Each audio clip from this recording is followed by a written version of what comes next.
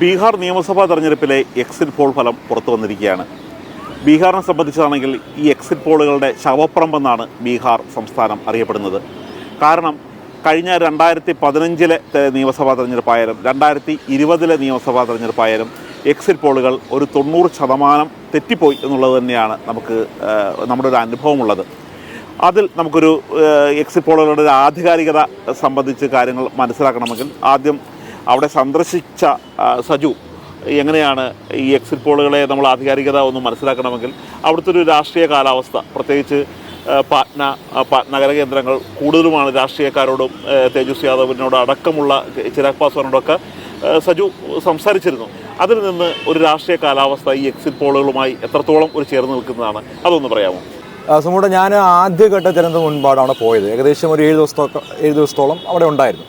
ഞാൻ ഈ പാട്ന കേന്ദ്രീകരിച്ച് നേതാക്കളുമായിട്ടും അതുപോലെ പാട്നയ്ക്ക് പുറത്ത് ഏകദേശം ഒരു 100 കിലോമീറ്റർ പരിധിയിലുള്ള സ്ഥലങ്ങളിലൊക്കെയാണ് ഞാൻ സഞ്ചരിച്ചത്. പ്രധാനമായിട്ട് നമുക്ക് മനസ്സിലായത് അവിടെ ഏറ്റവും കൂടുതൽ ഈ നഗര സ്ഥലങ്ങൾ അല്ലെങ്കിൽ നഗര കേന്ദ്രീകൃതമായിട്ടുള്ള സ്ഥലങ്ങളിൽ അത് പൊതുവെ JDUവിൻ്റെയും അതോടൊപ്പം തന്നെ BJP പോക്കറ്റുകളാണ്. നമ്മൾ ചെന്ന സ്ഥലങ്ങളിലൊക്കെ അവർ പ്രതികരിച്ചത് നിതീഷ് കുമാർ മുഖ്യമന്ത്രി ആവണം, നിതീഷ് കുമാർ തന്നെ അവർ പറയുന്നത് നിതീഷ് ചാച്ച എന്നാണ്, നിതീഷ് ചാച്ച അധികാരത്തിൽ വേണമെന്നാണ് പറയുന്നത്. അതിന് ഏറ്റവും പ്രധാനപ്പെട്ട കാരണം എന്ന് പറയുന്നത് പട്നയിലെ വികസനമാണ്. നമ്മൾ ബീഹാറിനെ പറ്റി നമ്മൾ കേട്ട കഥകളും കണ്ട കാഴ്ചകൾക്കും അപ്പുറമാണ് പട്ന നഗരം കാണുമ്പോൾ. പട്ന നഗരത്തിൽ വലിയ വികസനമാണ്. ഫ്ലൈ ഓവറുകളുണ്ട്, പാലങ്ങളുണ്ട്, മെട്രോ ഇപ്പോൾ പുതിയ ലൈൻ്റെ പണി നടക്കുന്നു, അമ്പരചുംബികളായിട്ടുള്ള കെട്ടിടങ്ങൾ, അത്തരത്തിൽ വലിയ വികസനമാണ്, റോഡുകൾ. അപ്പോൾ പട്ന നഗരം കേന്ദ്രീകരിച്ച് മാത്രമായിട്ട് ഈ വികസനം ചുരുങ്ങുന്നു എന്നത് ഒരു 100 കിലോമീറ്റർ അപ്പുറം കഴിയുമ്പോൾ നമുക്ക് മനസ്സിലാവും. ഗ്രാമങ്ങളെന്ന് പറഞ്ഞാൽ തനി ഗ്രാമങ്ങളാണ്. നമ്മുടെ ഒരു കേരളത്തിൽ ഒരു 50 വർഷം മുൻപുള്ള സ്ഥലങ്ങളാണ് പട്ന കഴിഞ്ഞ് നമ്മൾ കുറച്ച് മുൻപോട്ട് പോയി കഴിഞ്ഞാൽ കാണാൻ പറ്റുന്നത്. അപ്പോൾ അവിടെ എത്തുമ്പോൾ അവിടെ ഈ സാധാരണക്കാരായ സ്ത്രീകൾ, അവർക്ക് തേജസ്വി യാദവും അതോടൊപ്പം തന്നെ ലാലു പ്രസാദ് യാദവിൻ്റെ പേര് പറയുന്നെങ്കിൽ പോലും അവർ പറയുന്നത് മുഖ്യമന്ത്രി ആരാണെന്ന് ചോദിച്ചാൽ അവർ പറയുന്നത് ഇദ്ദേഹം നിതീഷ് കുമാർ അധികാരത്തിൽ വരണമെന്നാണ്. അതിന് ഏറ്റവും പ്രധാനപ്പെട്ട കാരണം എന്ന് പറയുന്നത് ഈ സ്ത്രീകളുടെ അക്കൗണ്ടിലേക്ക് 10,000 രൂപ നൽകുന്ന പദ്ധതി, അതിന് വലിയൊരു പ്രതിഷേധം കോൺഗ്രസ് ഉയർത്തിയതും തെരഞ്ഞെടുപ്പ് കമ്മീഷനടക്കം അവർ പരാതികൾ കൊടുത്തിരുന്നു. പക്ഷേ അതൊന്നും ഫലവത്തായില്ല എന്ന് തന്നെ വേണം ഈ ഒരു എക്സിറ്റ് പോൾ ഫലങ്ങൾ വന്നപ്പോൾ നമ്മൾ വിലയിരുത്തേണ്ടത്. കാര്യം ഇന്നലെ വന്ന എക്സിറ്റ് പോൾ ഫലങ്ങൾ 10 എക്സിറ്റ് പോളാണ് വന്നത്. 10 എക്സിറ്റ് പോളുകളിൽ 8 എണ്ണവും NDA അധികാരം പിടിക്കും, നിതീഷ് കുമാറിൻ്റെ മുഖ്യമന്ത്രി അല്ലെങ്കിൽ നിതീഷ് കുമാറിൻ്റെ നേതൃത്വത്തിലുള്ള NDA മന്ത്രിസഭ അധികാരത്തിൽ വരും, ഭരണ തുടർച്ച ഉണ്ടാകുമെന്നാണ് അവരൊക്കെയും പ്രവചിച്ചിരിക്കുന്നത്. അതിൽ 2 എക്സിറ്റ് പോളുകൾ മാത്രമാണ് മഹാസഖ്യത്തിന് ഭൂരിപക്ഷം പ്രവചിക്കുന്നത്. ഈ 10 എക്സിറ്റ് പോളുകളിൽ 8 എണ്ണത്തിൽ 6 എണ്ണവും NDAക്ക് 130 മുതൽ 160 വരെ സീറ്റുകൾ നേടുമെന്ന വലിയ പ്രഖ്യാപനം. അതായത് കേവല ഭൂരിപക്ഷം മറികടന്നു പോവുകയാണ്. 2020 നമ്മൾ കണ്ടതാണ്. മുക്കി മൂളിയൊക്കെയാണ് ഈ സ്ഥലത്തേക്ക്, അതായത് ഈ കേവല ഭൂരിപക്ഷം അവരെത്തിച്ചത്. പക്ഷേ അതിൽ നിന്ന് വ്യത്യസ്തമായിട്ട് ആണ് ഇപ്പോൾ കണ്ടിരിക്കുന്നത്. സുമോട്ടൻ 2ാം ഘട്ടമാണ് പോയത് അവിടെ. എങ്ങനെയാണ് ഈ ഒരു എക്സിറ്റ് പോൾ വരുമ്പോൾ എങ്ങനെയാണ് നമുക്കൊന്ന് വിലയിരുത്താൻ സാധിക്കും? ഞാനിപ്പോൾ നേപ്പാൾ അതിർത്തി തുടങ്ങിയ സ്ഥലങ്ങളിലാണ് കൂടുതലും പോയത്. അപ്പോൾ ഈ നഗരം സജി നേരത്തെ പറഞ്ഞ പോലെ തന്നെ നമ്മുടെ ഒരു നാട് കേരളമൊക്കെ ഒരു 50 വർഷം മുമ്പ് പോലും ഇങ്ങനെ ആയിരുന്നില്ല എന്നുള്ളതാണ് അവിടെ ചെല്ലുമ്പോൾ കാണുന്നത്. കാരണം അവിടെ ശൗചാലയമില്ല, വീടുകളില്ല. ഞാനൊരു വീട്ടിൽ ചെന്ന് കഴിഞ്ഞപ്പോൾ ഒരു മണ്ണുകൊണ്ട് നിർമ്മിച്ച വീടാണ്. അപ്പോൾ ചോദിക്കുകയാണ്, ഇപ്പോൾ എത്ര രൂപയായി ഈ വീട് നിർമ്മിച്ചത്? അപ്പോൾ ഒരു കാര്യം മണ്ണ്, പനമ്പ്, പിന്നെ ഇത് മഴ നനയാതിരിക്കാൻ വേണ്ടി പ്ലാസ്റ്റിക് ഷീറ്റാണ് ഈ പനമ്പിൻ്റെ ഇടയിലിട്ടിരിക്കുന്നത്. പക്ഷേ വളരെ മനോഹരമായിട്ട് അതിൽ ഒരു മണ്ണുകൊണ്ട് തന്നെ ചിത്രമൊക്കെ വരച്ചിരിക്കുന്ന ഇളം തിണ്ണയൊക്കെ ഉള്ള രസകരമായിട്ടുള്ള വീടാണ്. എത്ര രൂപയെന്ന് ചോദിച്ചപ്പോൾ അവർ പറഞ്ഞ് 20,000 രൂപയാണ്. നമുക്ക് ചിന്തിക്കാൻ പറ്റുമോ 20,000 രൂപയ്ക്ക്?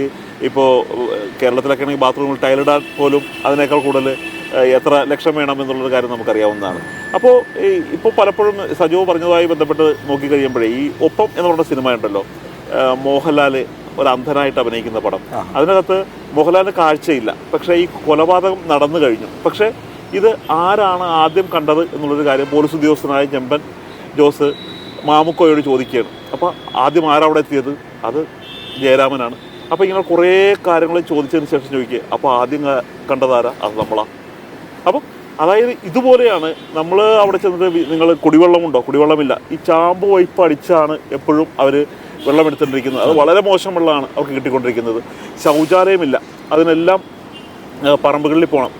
ഗ്യാസ് എടുത്തിട്ട് ഗ്യാസ് പലപ്പോഴും അവർ ഇരിക്കാനൊക്കെയാണ് ഉപയോഗിക്കുന്നത്, അല്ലാതെ ഗ്യാസ് ഉപയോഗിക്കുന്നില്ല, കുറ്റിയെടുപ്പാണ് ഉപയോഗിക്കുന്നത്. അങ്ങനെ എല്ലാ വിധത്തിലും അവരുടെ കുട്ടികൾക്ക് പഠിക്കാനായിട്ട് നല്ല സ്കൂളുകളില്ല, എല്ലാ പ്രശ്നങ്ങളുമുണ്ട്. പക്ഷേ ഒരു വിഭാഗത്തോട് നമ്മൾ ചോദിക്കുമ്പോൾ ഈ പ്രശ്നങ്ങളൊക്കെ ഉണ്ടെങ്കിൽ പോലും അവർ വോട്ട് ചെയ്യുന്നത് നിതീഷ് കുമാറിനാണെന്നാണ് പറയുന്നത്. അപ്പോൾ ഇത് ടാലിയാവുന്നില്ല. ഇതിൻ്റെ ഒരു കാരണം നമ്മൾ അന്വേഷിക്കുമ്പോഴാണ് മനസ്സിലാകുന്നത്, ഇവിടെ ബീഹാറിൽ ജാതി, ഉപജാതി, ഗ്രാമം, ഗ്രാമത്തലവൻ തുടങ്ങിയ കാര്യങ്ങൾ കേന്ദ്രീകരിച്ചിട്ടാണ് ഈ വോട്ട് നിൽക്കുന്നത്. അതുകൊണ്ട് തന്നെയാണ് ഈ തരത്തിലുള്ള ഒരു വോട്ടിംഗ് പാറ്റേൺ വരികയും ചെയ്യുന്നത്. ഈ ബീഹാർ നമ്മൾ എത്തിക്കഴിഞ്ഞപ്പോൾ അവിടെ നേപ്പാൾ അതിർത്തിയുമായി ബന്ധപ്പെട്ടൊരു മാർക്കറ്റ് ഉണ്ടായിരുന്നു. ഈ മാർക്കറ്റിൽ നമ്മളൊരു പൾസ് എടുക്കാൻ വേണ്ടി ഒന്ന് ചെന്നതാണ്. അപ്പോൾ അവിടെ നോൺ വെജ്, ഇറച്ചിയും മീനും ഒക്കെ വിൽക്കുന്ന ഒരു മാർക്കറ്റാണ്. കാര്യം നമ്മൾ പച്ചക്കറി മാർക്കറ്റിലേക്ക് മാത്രം പോയാൽ ചിലപ്പോൾ ഒരു വിഭാഗം മാത്രമാണോ കിട്ടുക എന്നുള്ളൊരു സംശയം കൊണ്ടാണ് അവിടെ ചെന്നത്. അവിടെ ചെന്ന് കഴിഞ്ഞപ്പോൾ നമ്മൾ ആദ്യം ഒരു ബാലൻസായി പോകണമല്ലോ എന്ന് വിചാരിച്ചിട്ട് ആദ്യം ഇവരോടൊക്കെ സംസാരിക്കുന്നുണ്ട്. അപ്പോൾ ആദ്യം കുറച്ച് പേര് പറഞ്ഞ് 4 പേര് പറയാണ് ഇവിടെ BJP സർക്കാർ നിതീഷ് വരും, RJD സപ്പോർട്ടർമാരുണ്ട്, അവർ പറയാണ് ഇല്ല തേജസ്വി യാദവാണ് മുഖ്യമന്ത്രിയാകുന്നത്. കുറച്ച് പേര് പറഞ്ഞു കോൺഗ്രസ് ആകുമെന്ന് പറഞ്ഞു. ഈ ക്യാമറ എടുത്തിട്ട് നമ്മൾ ചോദിച്ചു കഴിയുമ്പോഴാണ് ആദ്യത്തെ 4 പേര് മോദി തന്നെ പറയുന്നത്, RJDക്കാർ അപ്പോൾ പറയുന്നത് മോഡി തന്നെയാണ്, നിതീഷാണ്. കോൺഗ്രസ്സുകാരിലേക്ക് എത്തിക്കഴിയുമ്പോൾ അവരും പറയുന്നത് അത് മോഡി തന്നെ ആയിരിക്കുമെന്ന്. അതായത് ഈ ഒരു 12 പേരെ നമ്മൾ സംസാരിച്ചെങ്കിൽ ക്യാമറ കൂടാതെ സംസാരിച്ചു കഴിയുമ്പോൾ അവർ പറയുന്നത് യഥാർത്ഥത്തിലുള്ള ഒരു കാര്യമാണ് അവർ പറയുന്നത്. പക്ഷേ ക്യാമറ വന്നു കഴിയുമ്പോൾ ഇങ്ങനെ പറയുന്നത്. അതുകൊണ്ട് സ്വാഭാവികമായും ബീഹാറുകൾ ഇങ്ങനെ ഈ എക്സിറ്റ് പോളുകളെ പറ്റിച്ചതാണോ എന്നുള്ളൊരു സംശയം കൂടിയുണ്ട്. കാര്യം അതിലേക്ക് നമ്മൾ നയിക്കുന്നത് ചില ഘടകങ്ങളുണ്ട്. അങ്ങനെയാണ് എക്സിറ്റ് പോളുകൾ പലപ്പോഴും ബീഹാറിൽ തെറ്റിപ്പോകുന്നത്. കാര്യം ഈ ബീഹാറുകൾ ഈ ചോദ്യത്തിന് ഉത്തരമായി പറയുന്നതല്ല ചിലപ്പോൾ പലപ്പോഴും പ്രവർത്തിക്കുന്നത്. അതുകൊണ്ട് ചിലപ്പോൾ ഇന്ത്യ സഖ്യത്തിന് ഒരു സാധ്യത ചിലപ്പോൾ കാണുന്നത് ആ തരത്തിലാണ്. കാര്യം ഈ ജനസ്വരാജ് പാർട്ടി എന്ന് പറയുന്നൊരു പ്രധാനപ്പെട്ട ഘടകം ഇവിടെയുണ്ട്. കാര്യം ഇപ്പോൾ പല സർവേകളിൽ നോക്കിക്കഴിഞ്ഞപ്പോൾ അതിന് 8% വരെയാണ് വോട്ട് പറയുന്നത്, 5 മുതൽ 8% വരെ. അത് ഒരു സീറ്റായിട്ട് കൺവേർട്ട് ചെയ്യുകയാണെങ്കിൽ അത് വലിയ തരത്തിലുള്ളൊരു പ്രശ്നം ഉണ്ടാകും. അപ്പോൾ എങ്ങനെയാണ് സജുവിന് തോന്നുന്നത് ഈ ജൻസ്വരാജ് പാർട്ടി ഈ വോട്ട് കട്ട് ചെയ്യുന്നത് ആർക്കായിരിക്കും അതിൻ്റെ ദോഷം, ആർക്കായിരിക്കും ഗുണം? കാര്യം ഞാൻ ചോദിക്കുന്നത്, ഈ നമ്മൾ ഗുജറാത്ത് നിയമസഭാ തെരഞ്ഞെടുപ്പ് നടന്നു കഴിഞ്ഞപ്പോൾ ആം ആദ്മി പാർട്ടി അവിടെ മത്സരിച്ചിട്ട് അവസാനം അതിൻ്റെ ഗുണം സ്വാഭാവികമായും കോൺഗ്രസ് അധികാരത്തിൽ വരേണ്ടതായിരുന്നു. കോൺഗ്രസിന് കിട്ടിയില്ല, ആം ആദ്മി പാർട്ടിക്ക് കിട്ടിയില്ല, BJP അധികാരത്തിലെത്തി. നമ്മളിരിക്കുന്ന ഡൽഹിയിലാണെങ്കിലും ഇപ്പോൾ എന്താ സംഭവിച്ചത്?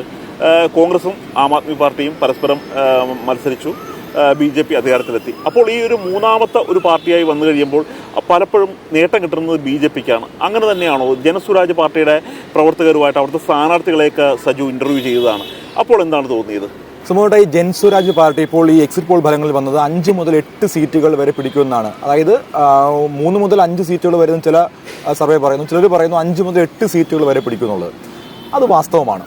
കാര്യം നമ്മൾ പോയ മേഖലകളിലെ യുവാക്കളും അതോടൊപ്പം തന്നെ കുറച്ചൊരു സിവിലൈസ്ഡ് ആയിട്ടുള്ള കുറച്ച് മനുഷ്യർ അവർ പറയുന്നത് ഇദ്ദേഹം പറയുന്ന ആശയത്തോടൊപ്പം നിൽക്കുകയാണ്. പ്രത്യേകിച്ച് ഈ ജൻസ്വരാജ് പാർട്ടി അധ്യക്ഷൻ, ഇതിൻ്റെ സ്ഥാപകൻ പ്രശാന്ത് കിഷോർ, അദ്ദേഹം ഒരു മുന്നാക്കക്കാരനാണ്, അദ്ദേഹം ഒരു ബ്രാഹ്മണനാണ്. അപ്പോൾ ഈ ബ്രാഹ്മണ വോട്ടുകൾ പൊതുവെ പോയിക്കൊണ്ടിരിക്കുന്നത് BJPക്കാണ്. അതൊരു വസ്തുതയാണ്. അപ്പോൾ ഈ മുന്നോക്ക ബ്രാഹ്മണ വോട്ടുകൾ അതോടൊപ്പം തന്നെ കുറച്ചൊരു വെൽ സെറ്റിൽഡ് ആയിട്ടുള്ള മനുഷ്യരുടെ വോട്ടുകൾ അത് ഈ മേഖലകളാണ്. പ്രത്യേകിച്ച് ഈ പട്ന കേന്ദ്രീകരിച്ചുള്ള നഗരമേഖലകൾ. ഈ നഗരമേഖലകളിൽ ജൻസ്വരാജ് പാർട്ടി യുവാക്കളുടെ വോട്ടുകൾ അതെന്തായാലും സ്പ്ലിറ്റ് ചെയ്യാനുള്ള സാധ്യതയുണ്ട്.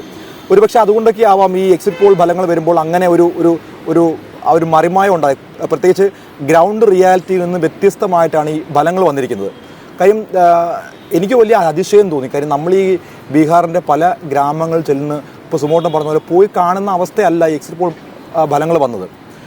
എക്സാക്ട്ലി ഇവർ ഈ പറയുന്ന പണം നൽകിയെന്ന് പറയുന്ന സാധനം ശരിയാണ്, അത് വളരെ ശരിയാണ്, അത് വലിയ ഉപകാരമാണ് അവർക്ക്. പക്ഷേ എങ്കിൽ പോലും ജൻസ്വരാജ് പാർട്ടി പോലെയുള്ളൊരു പുതിയ ആശയം മുൻപോട്ട് വെച്ചിരിക്കുകയാണ്. നിലവിലെ 2 മുന്നണികളുടെയും പോരായ്മകളെ മാറ്റിക്കൊണ്ട് പുതിയ ഒരു ആശയമാണ് അവർ മുൻപോട്ട് വെച്ചിരിക്കുന്നത്. അതെന്തായാലും ജനങ്ങൾ ഏറ്റെടുത്തിട്ടുണ്ട്. അതുകൊണ്ട് തന്നെ ഒരു വോട്ട് കട്ടറായിട്ട് ജൻസ്വരാജ് പാർട്ടി എന്നുള്ളതിൽ യാതൊരു സംശയവുമില്ല. അത് പിടിക്കുന്ന വോട്ടുകൾ എനിക്ക് തോന്നുന്നത് BJPയുടെ വോട്ടുകളും JDUയുടെ വോട്ടുകളുമാണ്. അത് ഏറ്റവും പ്രധാനപ്പെട്ട കാരണം എന്ന് പറയുന്നത് യുവാക്കളും അതോടൊപ്പം തന്നെ മുന്നാക്ക വിഭാഗങ്ങളും BJPയോട് അടുത്ത് നിൽക്കുന്ന മുന്നാക്ക വിഭാഗങ്ങൾ അവർ പ്രശാന്ത് കിഷോറിനൊപ്പമുണ്ട്. അദ്ദേഹത്തിൻ്റെ റാലികളിലെ യുവാക്കളുടെ നിര നമ്മൾ കണ്ടതാണ്. ഞാനൊരു സ്ഥാനാർത്ഥിയെ, ചഞ്ചൽ കുമാർ എന്ന് പറയുന്ന സ്ഥാനാർത്ഥി ഞാൻ ഇൻ്റർവ്യൂ ചെയ്തായിരുന്നു. അദ്ദേഹം തേജസ്വിക്കെതിരെ മത്സരിക്കുന്ന ആളാണ്. അപ്പോൾ അദ്ദേഹം പറയുന്നത് കഴിഞ്ഞ കുറേ വർഷങ്ങളായിട്ട് ലാലു കുടുംബമാണ് ഇവിടെ മത്സരിക്കുന്നത്. അപ്പം ഞങ്ങളതൊരു പുതിയ മാറ്റത്തിനാണ് ഞങ്ങൾ ആഗ്രഹിക്കുന്നത്.